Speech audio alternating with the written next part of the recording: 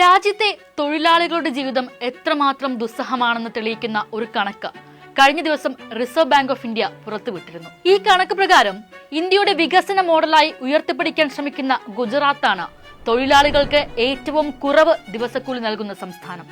വെറും 256 രൂപയാണ് ഗുജറാത്തിൽ ഒരു തൊഴിലാളിക്ക് നൽകുന്ന ദിവസക്കൂലി. കേരളം കണ്ടു പഠിക്കണമെന്ന് യോഗി ആദിത്യനാഥ് ഉപദേശിച്ച UP ഒരു തൊഴിലാളിക്ക് നൽകുന്ന ശരാശരി ദിവസക്കൂലി 334 രൂപയാണ്. BJP ഭരിക്കുന്ന മധ്യപ്രദേശാണ് കൂലിയുടെ കാര്യത്തിൽ ഏറ്റവും പിന്നിൽ. അവിടെ ശരാശരി ദിവസക്കൂലി 242.2 രൂപ മാത്രമാണ്.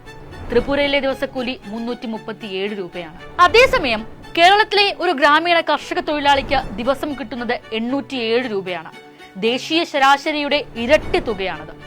ജമ്മു കാശ്മീരും തമിഴ്നാടുമാണ് കേരളത്തിന് പിറകിലായി 2ഉം 3ഉം സ്ഥാനത്തുള്ളത്. റിസർവ് ബാങ്ക് ഓഫ് ഇന്ത്യ കഴിഞ്ഞ ദിവസം പുറത്തുവിട്ട handbook of statistics on Indian States four 2023-24 കൂലിയുടെ കാര്യത്തിൽ ഇന്ത്യയിലെ വിവിധ സംസ്ഥാനങ്ങൾ തമ്മിലുള്ള വലിയ അന്തരം വെളിപ്പെടുത്തുന്നത്. ദിനംതോറും രാജ്യത്ത് വർദ്ധിച്ചു വരുന്ന വിലക്കയറ്റത്തിന്റെ പശ്ചാത്തലത്തിൽ അടിസ്ഥാന ജനത്തിന് തൊഴിലെടുത്താൽ കിട്ടുന്ന കൂലിയിലെ ഈ കുറവ് അവരുടെ ജീവിതം എത്രത്തോളം ദുസ്സഹമാണെന്ന് കാണിച്ചു തരുന്നുണ്ട്. മധ്യപ്രദേശിലും ഗുജറാത്തിലുമുള്ള ഒരു സാധാരണ കർഷക കുടുംബത്തിന് ഒരു മാസം തികച്ച് അവർക്ക് ആവശ്യമായ ഭക്ഷണം ഉണ്ടാക്കാനുള്ള വക പോലും ജോലി ചെയ്താൽ കിട്ടുന്നില്ലെന്നാണ് ഈ കണക്കുകൾ പറയുന്നത്.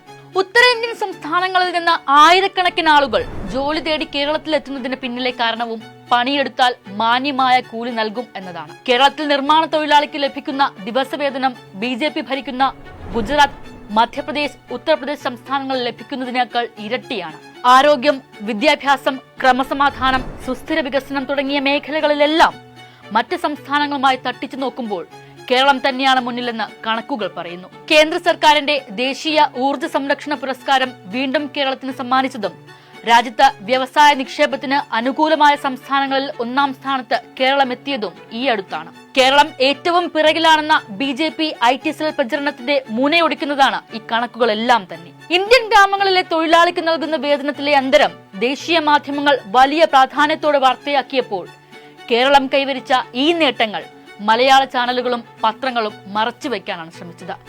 ഇന്ത്യയിൽ ഏറ്റവും അധികം ശരാശരി വരുമാനമുള്ള സംസ്ഥാനങ്ങളിൽപ്പെട്ട ഗുജറാത്തിൽ എന്തുകൊണ്ടാണ് തൊഴിലാളികളുടെ കൂലി ഇത്രയും കുറഞ്ഞതെന്നും ഏറ്റവും അധികം വിളർച്ചയും കുട്ടികളുടെ പോഷകാഹാരക്കുറവും ഒക്കെയുള്ള സംസ്ഥാനങ്ങളുടെ പട്ടികയിലും എന്തുകൊണ്ടാണ് ഇന്ത്യയുടെ മാതൃകാ സംസ്ഥാനമായി ഉയർത്തിപ്പിടിക്കാൻ ശ്രമിക്കുന്ന ഗുജറാത്ത് വന്നതെന്ന ചോദ്യവും വായനക്കാരിൽ നിന്നും പ്രേക്ഷകരിൽ നിന്നും സമർത്ഥമായി മാധ്യമങ്ങൾ മറച്ചുപിടിക്കുന്നത് എന്തിനാണ്?